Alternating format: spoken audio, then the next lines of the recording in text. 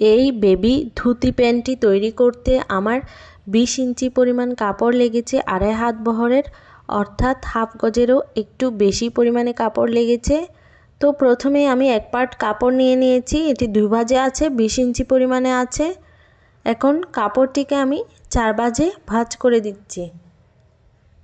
এই যে দেখতেই পাচ্ছেন, এভাবে করে আমি সোজা একটা দাগ টেনে দেব।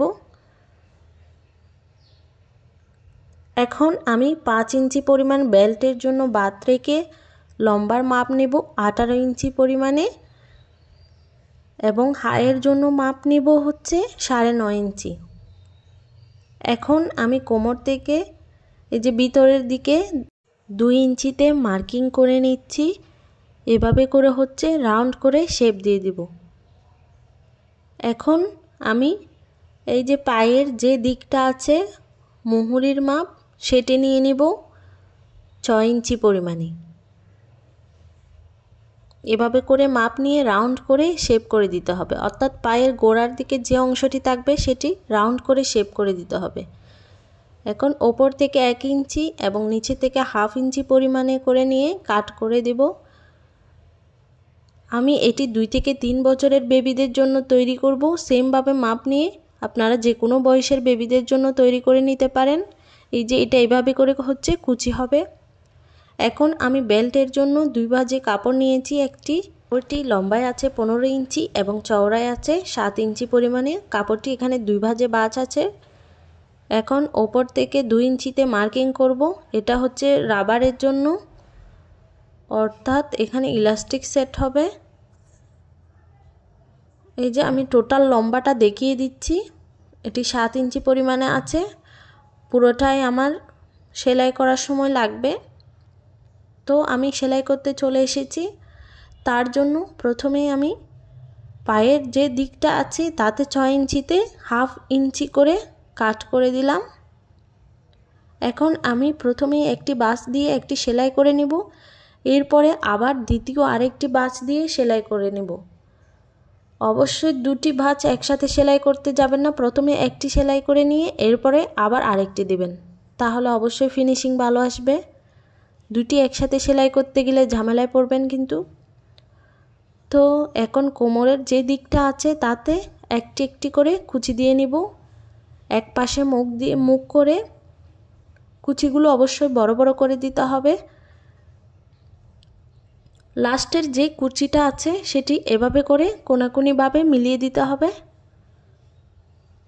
এখন আমি আবার যে পাশে কুচিগুলো তৈরি করেছিলাম তার বিপরীত পাশে করে এভাবে করে একটি একটি করে কুচি দিয়ে সেলাই করে নেব। অর্থাৎ এদিকে যদি 5টি কুচি দেন, আপনি সেমভাবে বিপরীত পাশ থেকে আবার 5টি কুচি দিয়ে নেবেন, তাহলে হিসাবটা সোজাসুজি হয়।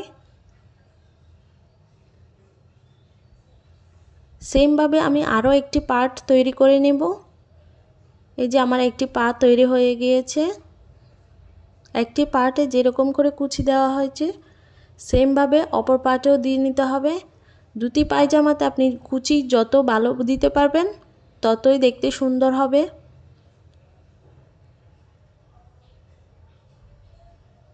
মুখোমুখি দিতে হবে কুচিগুলো, যাতে করে দেখতে সুন্দর দেখায়। সবগুলো কুচি আবার এক পাশে দিতে যাবেন না। কুচি সুন্দর হলে দুটি পায়জামা দেখতে অনেক সুন্দর দেখাবে, সে বিষয়ে কোনো সন্দেহ নেই।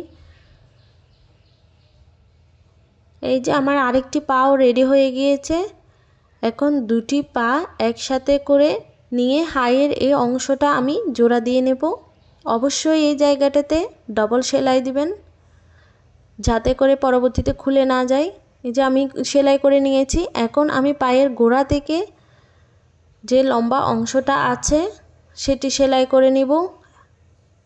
অবশ্যই ডাবল সেলাই দিবেন। এখন আমি বেল্টের কাপড়টি জোড়া দিয়ে নেব, অবশ্যই ডাবল সেলাই দিবেন। এখন ঘেরের কাপড়টিকে উল্টো দিকে এবং বেল্টের কাপড়টিকে সোজা রেখে ঘেরের কাপড়ের ভিতর দিয়ে এটিকে জোড়া দিয়ে নিতে হবে, অর্থাৎ সেলাই করে দিতে হবে। দেখতেই পাচ্ছেন, অবশ্যই ডাবল সেলাই করে দিবেন। এই যে আমি এভাবে করে সেলাই করে নিয়েছি। এখন বেল্টের কাপড়টি এক পাশ থেকে ধরে এভাবে করে একটা ভাঁজ দিয়ে সেলাই করে নিতে হবে। এখানে আমি রাবারের পরিমাণ নিব 14 ইঞ্চি পরিমাণে। এটি যেহেতু 2 থেকে 3 বছরের বেবিদের জন্য, রাবারটিকে আমি জোড়া দিয়ে নেব দুই মাথা এক কানে করে।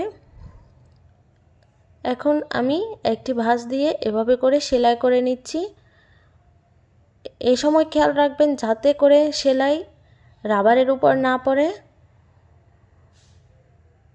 এই যে আমি পুরোটা রাবার লাগিয়ে নিলাম। এখন এই সেলাইয়ের পর একটি মাঝখান দিয়ে সেলাই করে নিতে হবে। এই সেলাইটা অবশ্যই টেনে টেনে দিতে হবে যাতে করে পরার পরে আর খুলে না যায়, সেই দিকটা খেয়াল রাখবেন।